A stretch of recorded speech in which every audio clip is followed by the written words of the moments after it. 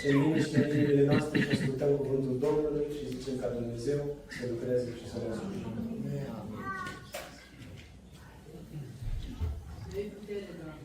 Cei care aveți Biblie cu dumneavoastră, vă rog să deschideți la cartea Evanghelistului Luca, capitolul 24, și vom citi doar două versete, versetul 46 și 47. Și le-a zis: așa este scris și așa trebuia să pătimească Hristos și să învie a treia zi dintre cei morți și să se propovăduiască tuturor neamurilor în numele Lui pocăința și iertarea păcatelor, începând din Ierusalim. Amin. Vă mulțumesc, luați locurile, vă rog.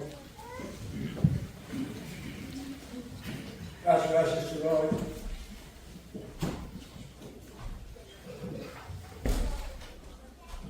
mulțumesc lui Dumnezeu pentru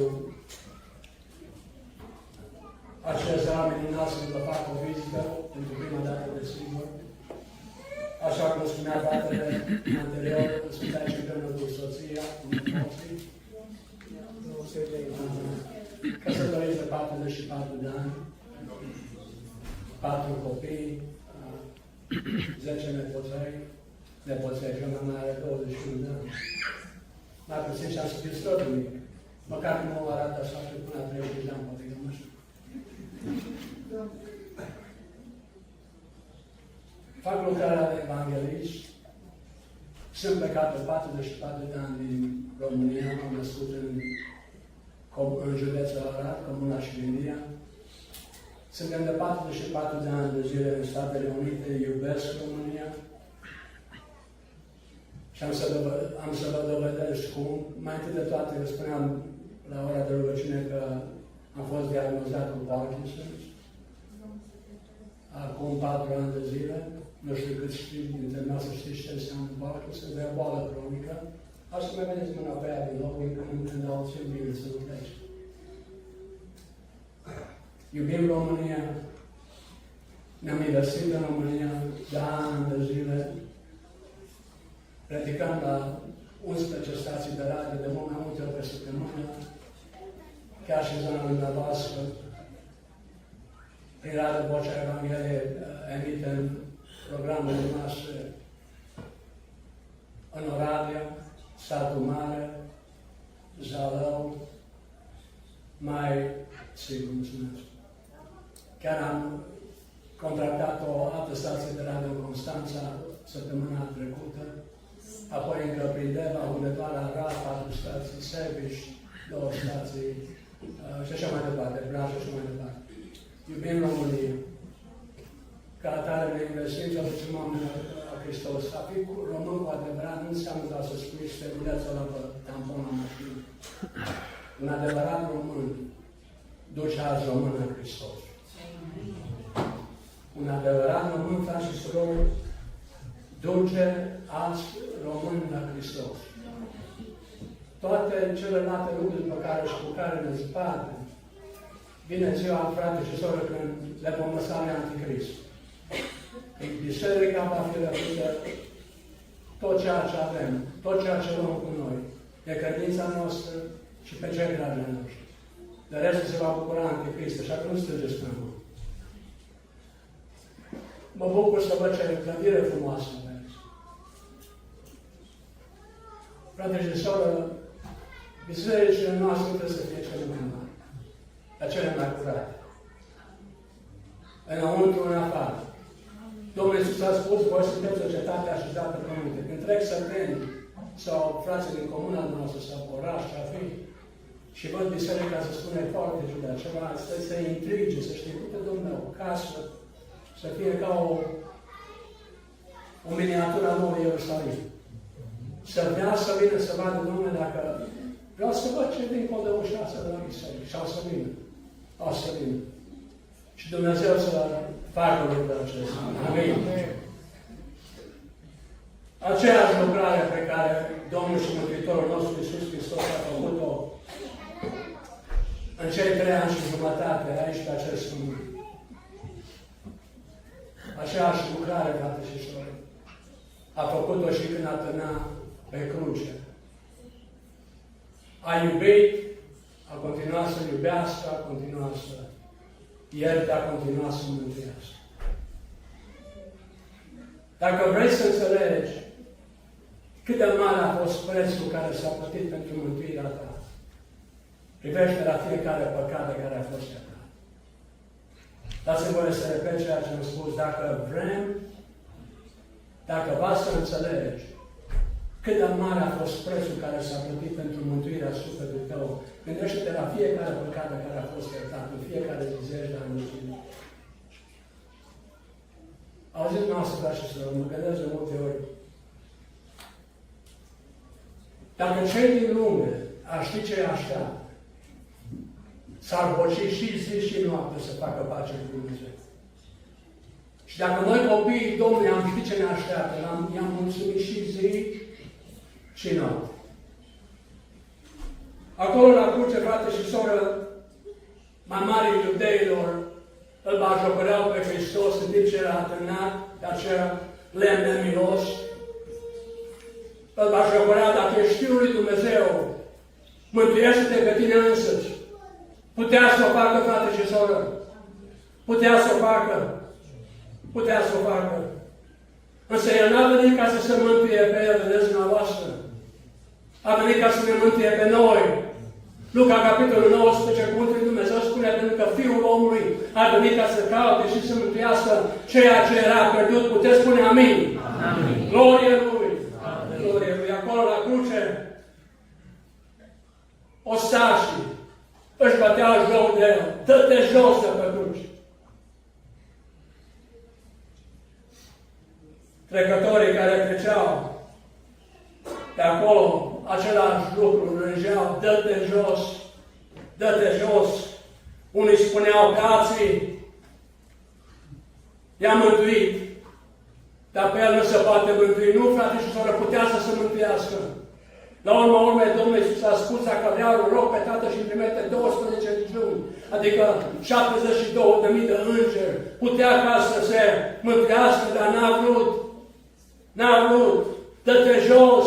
Așa după cum spuneau când strigau cei bajocoritori, dă-te jos. Dă-te jos. Și acolo pe cruce iadul căuta să distrugă 3 ani și jumătate. Dumneavoastră știți suferințele Domnului nostru Iisus Hristos în timp ce propovădea 3 ani și jumătate și acum și acolo pe cruce iadul caută să îl distrugă. Domnul și Mântuitorul nostru, dă-te jos. Dă-te jos. Frate și soră, dacă o făcea fiecare mamă, fiecare tată, fiecare fiu și fiică, ar fi fost pierdut pentru totdeauna. Iisus însă a privit înspre Avram. Doamne, nu te da jos. A privit înspre Moise, Doamne, nu te da jos. A privit înspre dulcele cântăreț al Israelului, la David, Doamne, nu te da jos, nu te da jos. A privit înainte.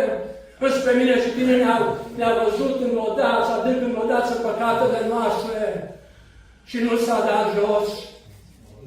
Suntem în casa Domnului în această dimineață, pentru că Fiul lui Dumnezeu a lăsat slava cerească, a refuzat să se dea jos de pe cruce și a murit, frate și soră, în locul meu și în locul tău. S-a rugat, s-a uitat la cei care îl bajocoreau și s-a rugat, Doamne, iartă că nu știu ce fac. Și acolo pe cruce, frate și soră, a continuat ca să ierte. A continuat ca să ierte. Te întreb în această dimineață. Ai învățat tu ca să ierți? Ai învățat tu ca să ierți? Frate și soră, avem nevoie să iertăm. Pentru că avem nevoie de iertare. Biblia spune, iertați și vi se va ierta, repet ceea ce am spus. Avem nevoie, fiecare dintre noi păcătim, într-un fel sau altul, nu cu sau fără voia. Fiecare dintre noi așadar avem nevoie de iertare ca atare, pentru ca să fim iertați. Avem nevoie ca să iertăm. Biblia spune că cel care urăște pe fratele său e un ucigaș. Și știm că niciun ucigaș nu rămâne, nu va avea viață veșnică rămânând în el însăși. iertăm. Iertarea, frate și soră, dăm voie să spun că iertarea, faptul că este cel care ți-a greșit, nu schimbă ceea ce a făcut. Nu schimbă trecutul, dar schimbă viitorul tău, pentru că primești o dezlegare. Vezi când urăști pe cineva, persoana respectivă, el se delectează, nici măcar nu știe că ai ceva împotriva lui, dar neiertarea aceea te chinuie pe tine. Când ierți pe un frate sau o soră care ți-a greșit, primul care primește dezlegare ești tu. Repet ceea ce am spus. Iertarea nu schimbă ceea ce s-a întâmplat în trecut, dar schimbă viitorul, cum ai să trăiești viața. De acum încolo.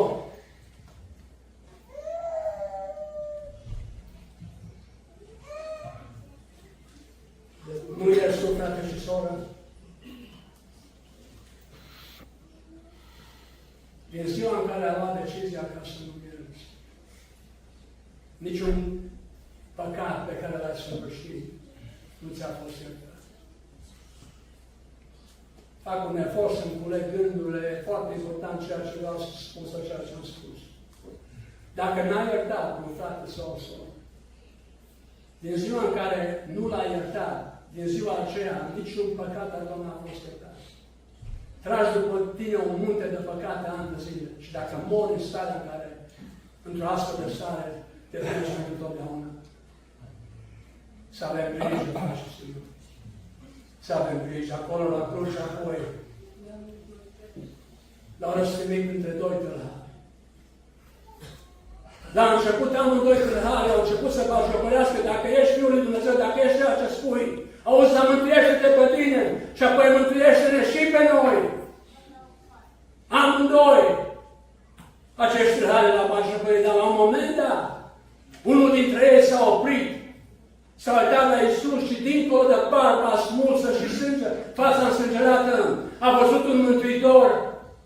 A spus celălalt tâlhari, auzi, noi merităm pedeapsa pe care am primit-o, dar neprihănitul acesta n-a făcut niciun rău. Apoi s-a întors la Mântuitorul și a spus, Doamne, adu-ți aminte de mine când vei veni în împărăția Ta. Aceasta a fost rugăciunea, pocăința lui. Adu-ți aminte de mine. Și Biblia spune că Domnul Iisus a spus, adevărat, adevărat îi spun, că astăzi vei fi cu mine în rai. Vedeți, dumneavoastră, a fost mântuit în ultimele clipe ale vieții lui. Nu botez în apă.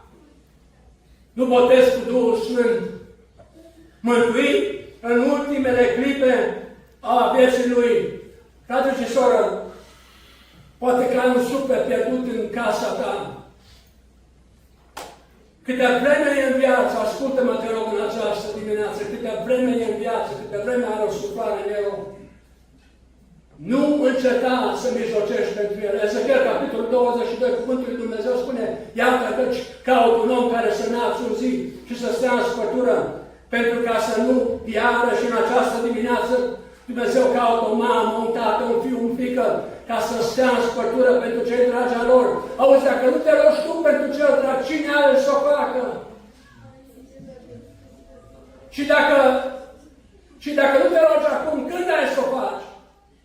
Când are să fie 2 metri sub pământ, ferească Dumnezeu, ferească Dumnezeu, a avea un suflet în casa ta, care nu slujește Domnului, ai bănuiala că nu slujește, poate că știi că nu slujește. Dar tu îți vezi de afaceri ca și când n-ar fi nimic. Tu nu mijlocești, tu nu plângi înaintea Domnului pentru ei. E o trădare de cel mai înalt rang. Dumnezeu m-a chemat să predic cu mulți ani în urmă. Dar felul în care trebuie să vedem lucrurile e următorul. Dumnezeu mai întâi. Dumnezeu mai întâi, familia pe locul 2, nu lucrarea. Îmi slăvesc slujba mea ca evanghelist. Dumnezeu mai întâi familia și apoi toate celelalte sunt detalii. Să nu uităm lucrul acesta, repet. Să ai suflet în casa ta. Să n-ai siguranța că sunt mântuiți, ar trebui să te sfâșie. Și să mijlocești Domnul și zi și noapte. Tu te ocupi de mijlocire și Domnul se ocupă de mântuirea lor.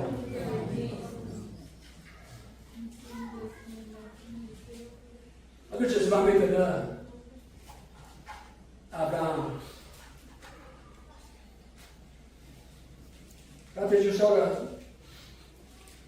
am mijlocit pentru nepotul lui. Nici măcar n-a fost fiul lui, pentru nepotul lui. Aduceți aminte, Doamne, dacă vei găsi 50 de oameni astea, nimicel să o dăm așa cum 4, 5, 40, 30, 20 și așa mai departe. Am mijlocit. A stătut înaintea Domnului și cumintită. Ca și că știu pe aici, și până nu mă vine cuvinte, și până nu mă ascult. Și Biblia spune, în Genesa, capitolul 19, că Dumnezeu a luat cu foc și cu pucioasă, dar înainte ca să facă, ascultați, vă rog, Biblia spune, atunci Dumnezeu și-a ales aminte de Abraham. Cu alte cuvinte de mijlocirea lui pentru Lot. Sunt atâția care spun, dar frate Jean, poate că nu-i voia Domnului ca să îmi mântuiască. Am auzit lucrul acesta nu odată. Poate că nu-i voia Domnului ca să mântuiască fiul. Asta e o minciună satanică, frate și soră, o minciună satanică. Biblia spune la Ezechiel, capitolul 32. Pe viața mea, zice Domnul, că nu vreau moartea păcătosului, ce vrea ca el să se întoarcă de la căile lui și să trăiască. Dumnezeu nu se aminte, Dumnezeu nu e într-o stare de confuzie, poate că nu-i voia lui să ne mântuiască. Și apoi spune că viața mea mă jucă, vreau ca să te mântuiești. Dumnezeu nu are o personalitate dublă, frate și soră. Nu are. Cuvântul lui Dumnezeu spune, Apostolul Ioan, dacă nu mă înșel, spune, îndrăzneala pe care avem la Tatăl este aceasta. Că dacă cerem ceva după voia Lui ne ascultă și dacă știm că ne ascultă, știm că suntem stăpâni pe lucrurile pe care El le-a cerut. Apostolul Petru scrie, Dumnezeu nu întârzie împlinirea făgăduinților Lui, ci este îndemnul răbdător și dorește ca ascultați, vă rog, dorește ca nimeni să nu piară, ci toți să vină la mântuire. Dumnezeu vrea să se mântuiască pe cel drag. Dați-mi voie să repet ceea ce am spus și poate că am să mă repet și fără să știu unde. Da. Dumnezeu vrea să se mântuiască pe cel drag. Frate și soră, nu poți să, nici măcar să contemplezi o ipostază în care suntem 18 suflete în casă, cu cei căsătoriți cu toți. Pe care l-aș da? Dacă ar fi să aleg, mergeți numai 17. Sau să fie mântuiți numai 15, pe care de cei 18 se dau? Se lasă. Nu, frate și soră. Nu.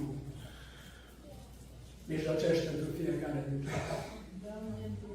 Pentru că așa după cum, într-un mod slăbut și recunosc, nu m-am împărtășit, trebuia să fac și să spun și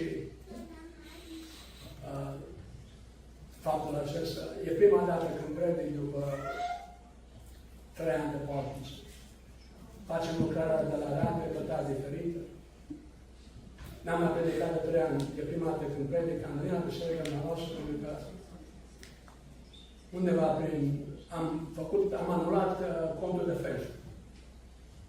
Și după 6 luni, ăștia nu l-am anulat de la Facebook, că încearcă să te prindă în glas. M-am dus la Facebook să-l anulez din nou și văd un mesaj de la fratele Gule. Frate Jean n-a putea să vii. Și mă uitam 6 luni mai târziu, de acum, fratele ăsta ce crede de mine? Că îmi scrie și eu nu răspund. Și m-am hotărât, mă duc. Nu contează unde frate, nu putea să mă duc până la sfârșitul lumii Patagonia, dar mă duc. Să mă las. Să mă iert pe mine înțeleg, în primul rând. Are să fie greu, ușor nu e, dar nu e lucrarea mea. Un lucru vreau, să predic biblic și Dumnezeu să lasă în mâinile mea. Și am vreau să ne descurcăm de până la urmă. Mai ales că aici în Bihor aveți un accent total aparte. Eu am accent, eu n-am accent. Dumneavoastră cântați pe aici, nu ați vorbiți. Aveți un accent mult mai pronunțat ca și a meu. Frate și soră. Acolo la cruce. Domnul Iisus o vede pe mamă. se întoarce către apostolul, iubirea apostolului Ioan și spune, fiule, iată mama ta. Și apoi spune mamei, mamă, femeie, iată pe fiul tău. Și pentru o vreme, Ioan s-a îngrijit de mama Domnului Iisus Hristos. Vedeți dumneavoastră, nici acolo pe cruce nu și-a uitat mama. Și dați-mi voie să vă spun în această dimineață că dacă nu și-a uitat mama, n-are să ne uite nici pe noi. Orice s-a întâmplat cu Iranul, cu economia, guvernamentul din România și atâtea alte lucruri, o să lăsăm în mâna Domnului, să ne rugăm pentru liderii noștri politici, dar vedeți, eu m-am născut în România, am trăit în Statele Unite, dar țara mea nu-i de aici. Țara mea nu-i de aici. Țara mea e dincolo. Nu cum fanioane cu Allah, România, nu am pus în viața mea un accident cu Allah de United States. Niciodată, pentru că nu sunt de aici. Ca să fiu un cetățean model, să plătesc impozitele la timp și plătim o grămadă de impozite în casă să nu facă nimic. Cum la mea noastră, așa și n-am. Dar nu sunt de aici, frate și soră. Sunt străini și călători. N-am aici palate, dar în țara fără nouă. Ale mele soare. Ale mele soare. Se îngrijește de mamă. Dați-mi voie să vă spun în această dimineață. Așa cum s-a îngrijit de mama lui, așa se îngrijește și de noi. Să nu te cunoască nimeni. Să trăiești într-un șoc. Dacă l-ai pe Hristos, frate și soră, dacă l-ai pe Hristos în Apocalipsa de 48 de ani într-o lună de acum, dacă l-ai pe Hristos, ai totul. Se mă trimeată în Somalia. Dăm o mătură, un corc, o mătură, să pot să mătură să fie curat. Și dacă l-am pe Dumnezeu, și acolo am să fiu fericit. Biblia spune, căutați mai întâi Împărăția lui Dumnezeu și neprienirea Lui și apoi ascultați, vă rog, toate celelalte lucruri vi se vor da pe deasupra. Tu cauți un lucru, te grijești un lucru de sufletul tău, de relația cu Dumnezeu. Și Dumnezeu te face pe toate celelalte. Care religie îți oferă un astfel de sistem economic? Nu poți decât să propășești într-o astfel de sistem. N-a uitat-o pe mamă. Biblia spune, poate o femeie care să uite copilul pe care îl alătează, dar chiar dacă l-ar uita, eu cu niciun chip n-am să te uit. Biblia spune că vei trece prin apă, vei fi cu tine râurile, nu te vor înneca, flacăra nu te va prinde, focul nu te va arde. De ce? Pentru că eu sunt Domnul Dumnezeu tău care te-am născut. N-a uitat-o pe mama și nu ne uită așa de cum a spus. Nici pe noi. N-are să ne uite, frate și soră, nu te îngrozi de ceea ce vezi la știri. Că nu sunt pentru tine. Tu, familia și biserica și cetățen model. Să se mire lumea pe noi, așa cum a făcut-o Domnul primar. Să se mire lumea pe noi. Să vrea să aibă ce avem noi. Să caute să vadă ce ne face diferiți de cei din lume. Că orice prin ce trecem creștinii fericit.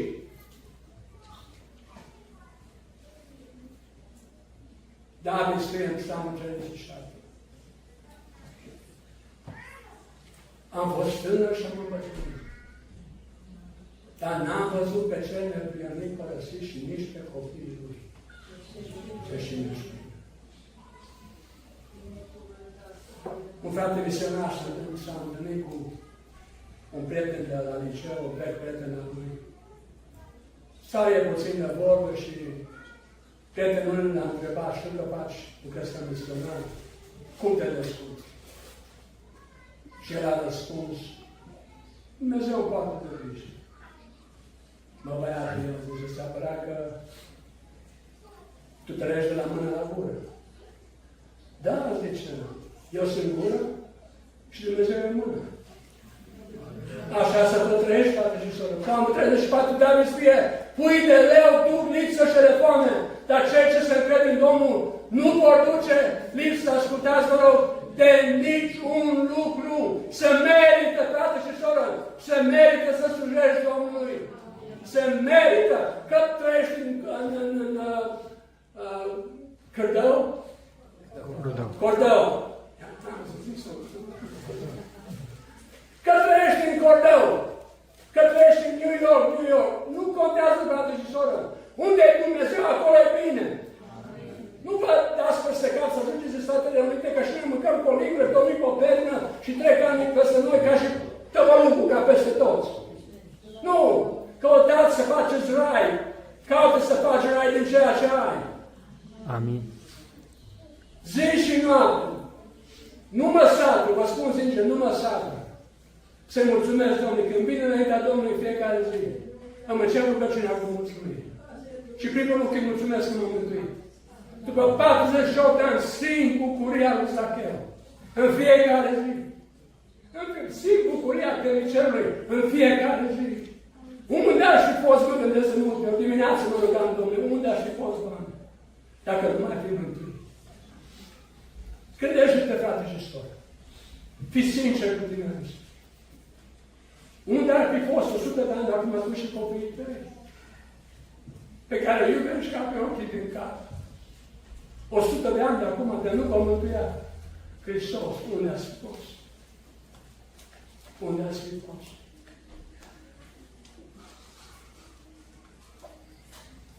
Așa cum am spus. Acolo pe cruce. La un moment dat, Mântuitorul strigă,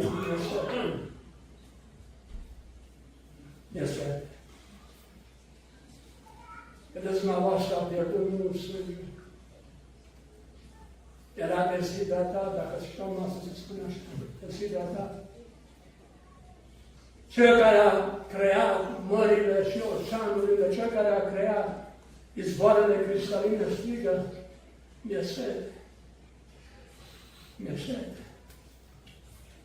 I-a fost sete, frate și soră.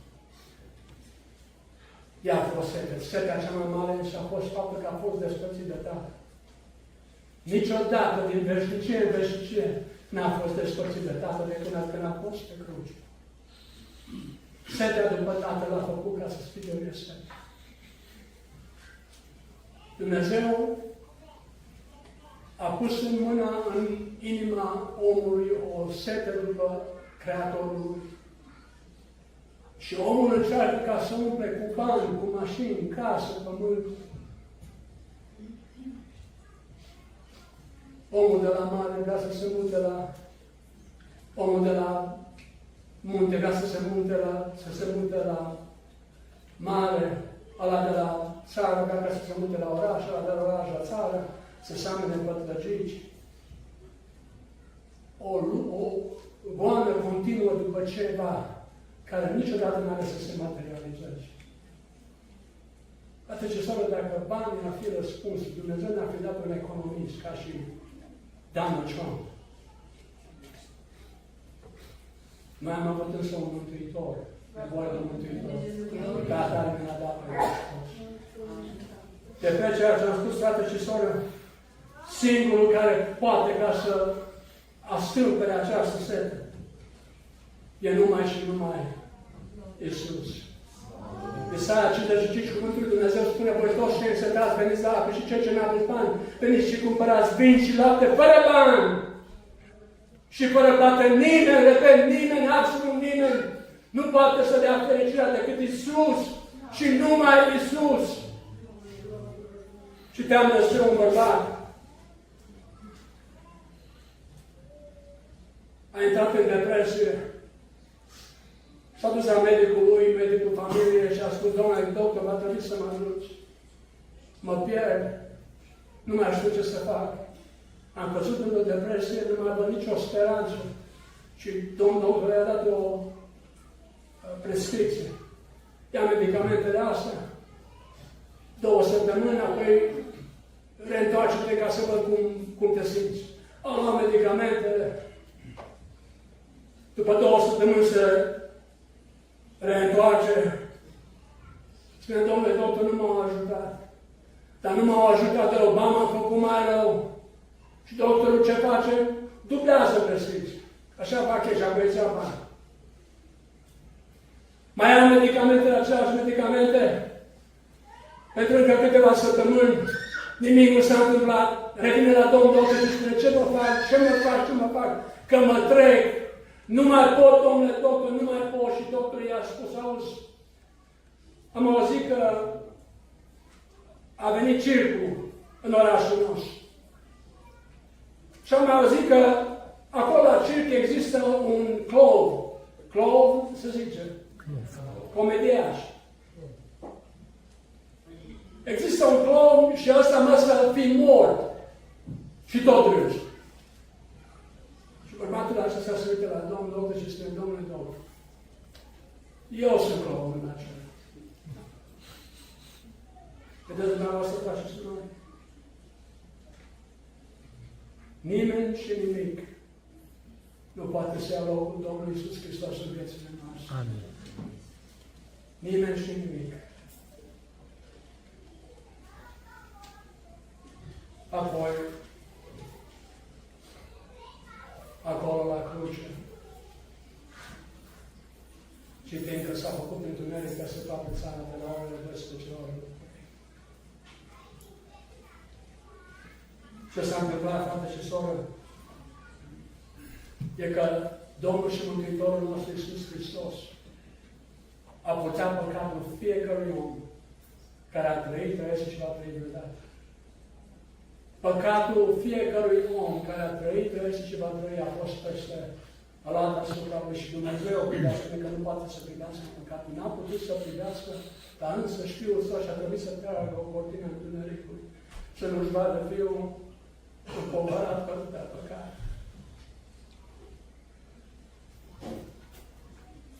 La nașterea Lui a trimis o stea luminoasă. La moartea Lui a trimis întunericul. Pe El care n-a cunoscut păcat, spune Biblia. Dumnezeu l-a făcut păcat pentru noi. Pentru ca noi să fim neprihănirea lui Dumnezeu în Hristos. Pe El care n-a cunoscut păcat, Dumnezeu l-a făcut o jertfă pentru păcatul meu și al tău, pentru ca din tine să facă neprihănirea Lui în Hristos. Glorie Lui! Amin. Glorie Lui, glorie Lui! A venit ca să plătească o datorie pe care eu și tu nu puteam să o plătim, pentru ca să ne duc într-un loc în care eu și tu nu puteam să ajungem. Și noi ne jucăm la biserică de multe ori. Ne-am obișnuit cu pocăința. Doamne, cum ne-am obișnuit cu pocăința? Știm când mergem la biserică, știm unde parcăm afară, știm unde parcăm aici înăuntru. Ne jucăm la biserică. Nu mă duc că plouă. Sau că e prea cald în biserică. Sau că trec pe sorele de program. Auzi, când te uzi la un meci de fotbal, nimeni nu se plânge că trece pe seară. Și ajunge la prelungiri. Vezi să vezi mai multă mingică. A tras cortina întunericului. Repet, frate și lor, ceea ce am spus. Dacă vrei să înțelegi cât de mare a fost prețul care s-a plătit pentru mine și pentru tine, să privim la fiecare păcat pe care Dumnezeu ne-a mântuit și apoi unele dintre cele mai înălțătoare cuvinte pe care le vom găsi vreodată pe paginile Sfintei de Scripturi, Domnul Iisus Hristos a spus, a strigat, s-a isprăvit. S-a isprăvit. Poarta mântuirii, în momentele în care a exclamat aceste cuvinte, poarta mântuirii s-a deschis pentru toți cei care vor să fie mântuiți. Singurul lucru care se cere e doar credință. Aveți scrie prin har, am fost mântuiți prin credință, că aceasta nu vine de la voi, ce este darul lui Dumnezeu, nu prin fapte, ca să nu se laude nimeni.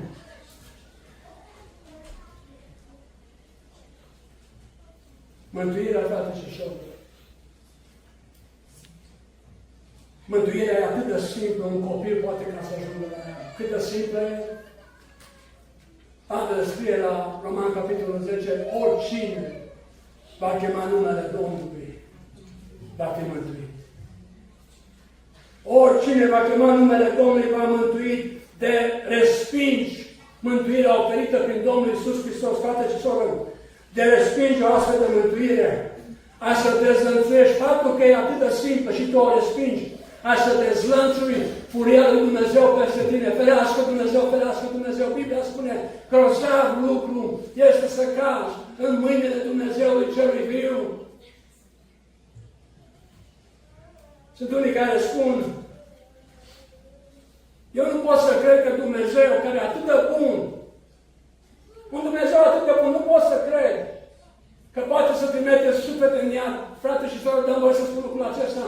De refuz jertfa Fiului Lui are să o facă. Are să o facă. Cine crede în Fiul, a spus Domnul Iisus. Cine crede în Fiul are viață veșnică, dar cine nu crede în Fiul, cine îl respinge, nu va vedea viața, ci ascultați, vă rog, mânia lui Dumnezeu va rămânea peste el. Toți vorbim despre dragostea lui Dumnezeu. Prea puține predici despre ea. Mult prea puțin. Dumnezeu te iubește așa cum ești, Dumnezeu înțelege, Dumnezeu e dragoste și Dumnezeu e dragoste, frate și soră, Dumnezeu e dragoste. Același Dumnezeu este și un foc mistuitor, să nu uităm lucrul acesta. Să nu uităm. Și apoi, ultimele cuvinte pe care Mântuitorul le-a rostit. Tată, în mâinile tale ne încredințez. Două. Ne-a arătat cum moare un copil al Domnului. Nu terorizat de ceea ce este dincolo. Nu, frate și soră. Nu. Ne-a arătat cum să murim copiii Domnului, frate și soră, nu mor. Copiii Domnului nu mor. Moartea pentru copilul Domnului e un prieten. Pentru că ne duce din lumea aceasta în prezența lui Dumnezeu, copiii Domnului nu mor. Copiii Domnului își schimbă de alcoolul poștat. Se mută din Cordău în Nou Ierusalim. Se mută din Arad în Nou Ierusalim, se mută din New York în Nou Ierusalim. Copiii Domnului, frate și soră, nu mor. Nu mor, scumpă înaintea Domnului este moartea celor iubiți de spune Biblia. Scumpă, frate și soră, noi ne pocim când vede Paul draga nostru. Dar când ajungi acolo acasă, toți te cunosc pe nume. Toți te cunosc. Apostolul Pavel să te cunoască. Scumpă înaintea Domnului este moartea celor iubiți de El. Tată, în mâinile tale îmi încredințești Duhul. Așa să te întreb în această dimineață, fii sincer cu tine însuți, probabil că predici în biserică, probabil că participi la partea muzicală, probabil că faci o slujbă. Puneți o întrebare, te rog, în această dimineață.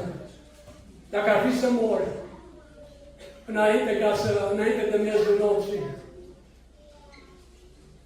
te întreb, cum ai murit? Cum ai murit? Ar putea tu să spui ca și Apostolul Pavel, dacă trăim pentru Domnul, murim, dacă murim pentru Domnul, murim, de aceea fie că trăim, fie că murim, noi suntem a Domnului. Ai putea să spui ca același Apostol în Cartea Filipeni, pentru mine a trăi este Hristos și a muri este un creștin. Ai putea să spui lucrul acesta.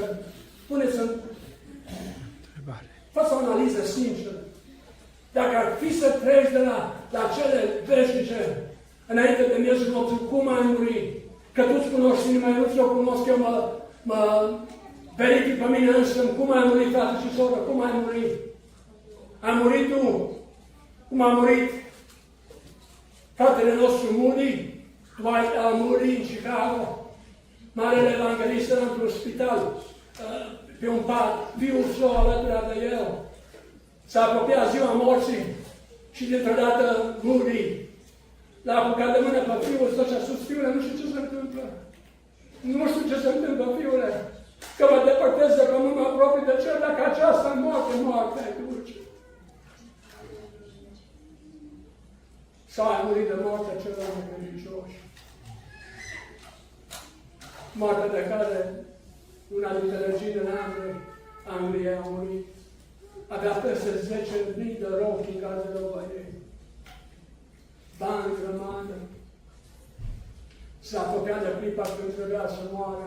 A știut că va să moară. S-a agățat cu disperare de mâinile medicului ei și a spus, domnule medic, dau 1000 de galbeni, dau 10.000 de galbeni pentru încă 10 minute de viață. dar a murit nemântuită. Marele ateu, recunoscutul ateu, Voltaire, spunea asistenta lui medicală: nu mai vreau să văd cum moare necredincios cât voi trăi, nu vreau să mai văd cum moare necredincios. Și a povestit.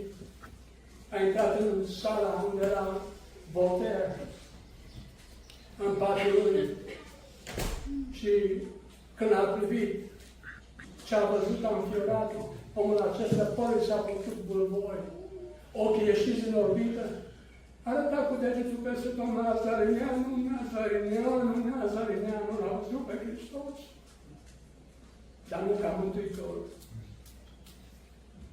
ci ca judecător. Cum ai mântuit? Pentru că iadul are singură ușă. Intrare. Intrare. Intri și rămâne. Domnul Iisus s-a răpit de a spune că va intra. Cine se vede de mine va avea pășunul, va intra și va ieși. Te vorba despre libertatea în Hristos. Iadul are singură ușă. Întreb. Așadar, cum ai murit? Închei cu această ilustrare. Un ateu renumit a fost diagnozat cu o boală terminală. Și așa, ca să-și bată joc și în continuare de căile lui Dumnezeu, s-a adresat prietenilor lui, atei și ei, fiecare dintre ei ateu, și a spus: când am să mor, vă rog frumos să veniți să stați în jurul patului meu, vă arată eu cum are un ateu. A venit ziua morții lui, cât va sta cu el zile întregi la spital, să vadă muritnicul. A venit ziua când trebuia să moară, s-au apropiat de ultimele minute, ultimele secunde ale vieții lui. Și a început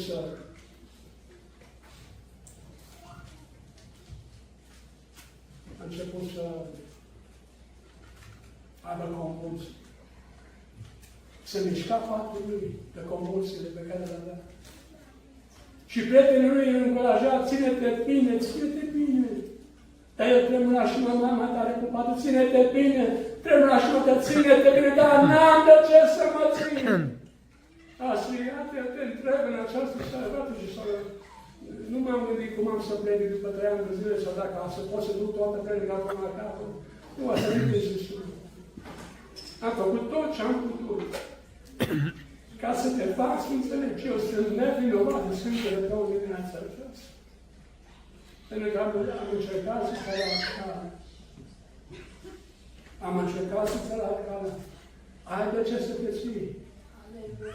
Dacă va să mor, înainte ca să bate gongul la miezul nopții, ai de ce să te ții. Ai de ce să te ții. Faptele bune ne ajută. Faci fapte bune pentru că ești mântuit și nu pentru ca să fii mântuit. Isaia 64, cuvântul lui Dumnezeu spune: pentru că toate faptele voastre bune sunt o cârpă murdară înaintea mea. Aceasta nu înseamnă că a face fapte bune nu e după voia Domnului, nu.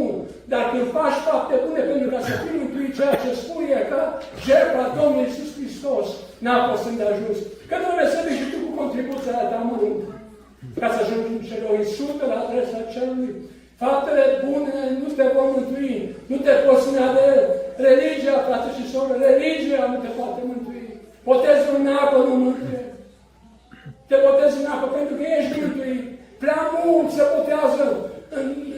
Mă uit la botezul pe și state și aici, 90% tot sub 18 ani, sau la 18 ani. Și mă întreb, oare câți au fost împinși să facă botezul în apă?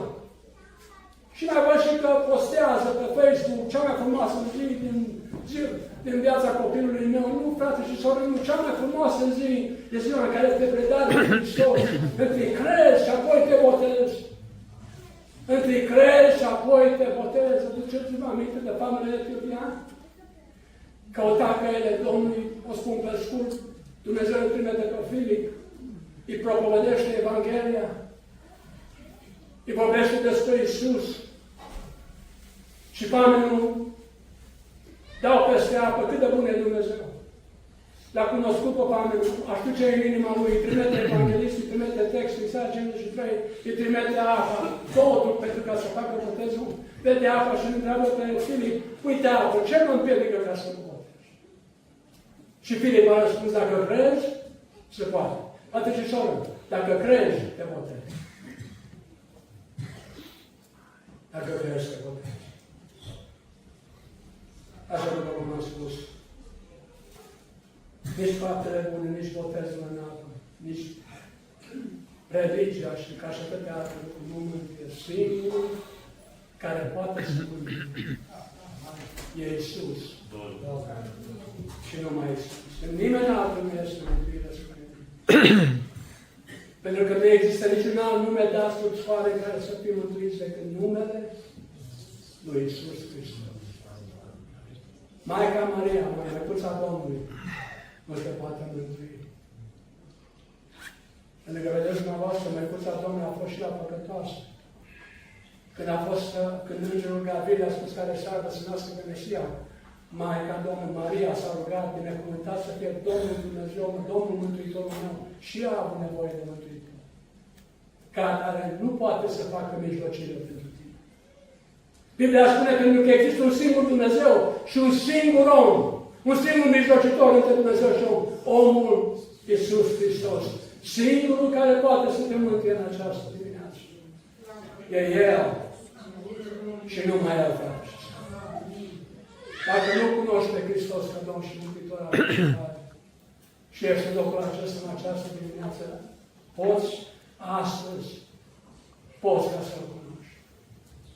Pentru că astăzi poți încă să alegi să cunoști. Deuteronom, capitolul 30, cuvântul lui Dumnezeu spune, iau cerul și pământul ca martor împotriva ta, că am pus înaintea ta viața și moartea, binecuvântarea și blestemul.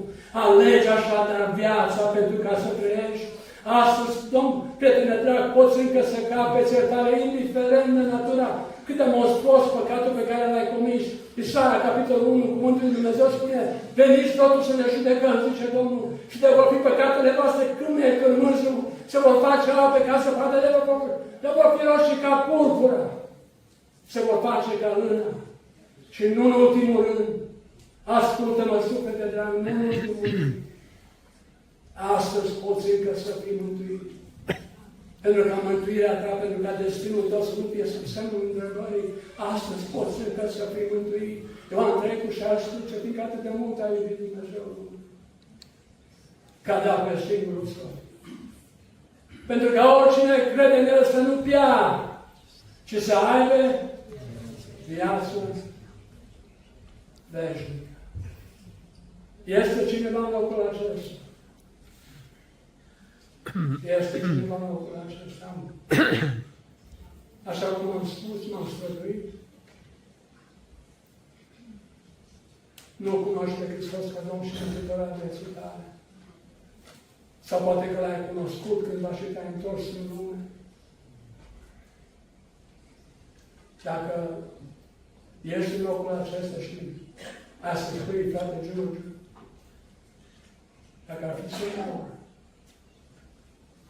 dacă ar fi să trec la cele veșnice, astăzi, mă tem că n-aș fi mântuit. Aș vrea să mă rog cu tine și pentru tine. Este cineva? Dacă este cineva, ridicați mâna. Numai și numai. Domnul să binecuvânteze numai așa. Mai este cineva care, cu adevărat, din toată inima, cu toată sinceritatea, vrea să spun, frate Giurgiu, aș vrea și eu să aveți voie.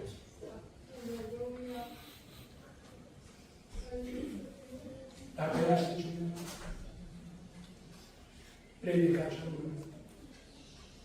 Am să mă spun ceva. Și îmi cer scuze că trecem la programul. Unul dintre lucrurile care mi-a sfârșiat sufletul odată, e când am auzit Franz Pastor, care predică de la om, că dacă ai căzut, mai poți să am întâlnire. Poate că aveți fiți și fiice. În dimineața aceasta, în locul acesta, nu mai vin la biserică, pentru că li s-a spus că nu mai este speranță, e o niciună satanică. E o minciună satanică.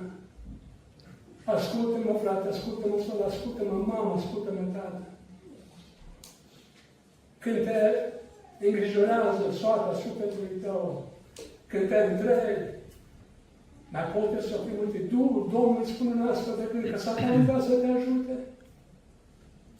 Numai Dumnezeu poate să spună în gândul acesta a mântuirii, numai Dumnezeu poate să-ți trezească interesul. Dacă ești una dintre cele persoane care a crezut că nu mai poți să ai iertare, sângele Domnului Iisus Hristos ne-a dat peste un păcat pe care să nu spere. Ridică și tu. Dacă să mă rog cu tine și pentru tine. Haideți să ne ridicăm pe picioare.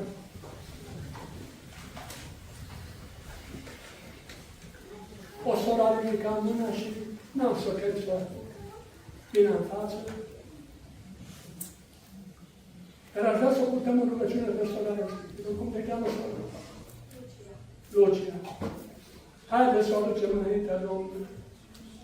Să se îndure de ea, să ia tine sfântul, să spere de orice păcat, să o curățească, să dea viață de jur. Haideți să o facem. Amin. Acum la apte, chiar și acel ce n-are bani, să vină să-ți adapte. Izvorul astăzi e deschis, izvorul bucuriei,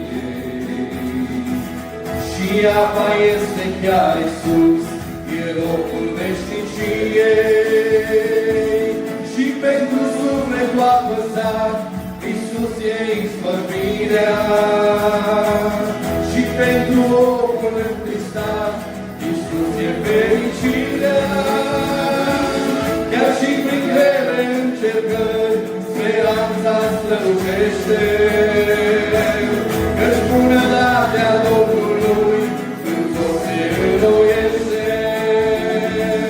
Poate că ești un om căzut și greu îți duci povara, dar Creatorul a văzut în tine azi comoara. Cu mâna Lui i-a întocmit din lucru băieție, și duc de viață în tine a pus și dor de veșnicie.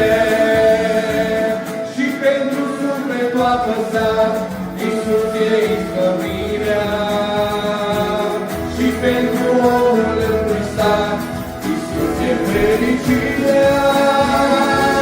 Chiar și prin grele încercări, speranța strălucește, că-și bunătatea Domnului în tot se înnoiește.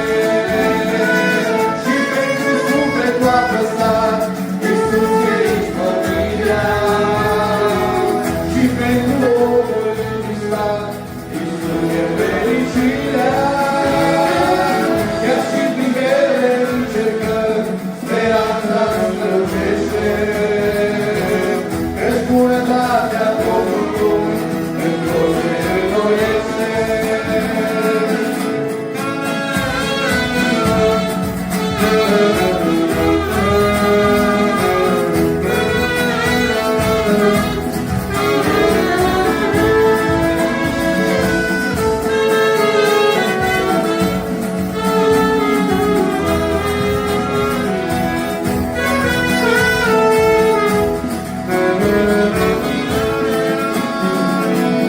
Din ochii lui Iisus au dus și pentru tine lacrimi, ca să primești iertare în dar, eliberat de patii.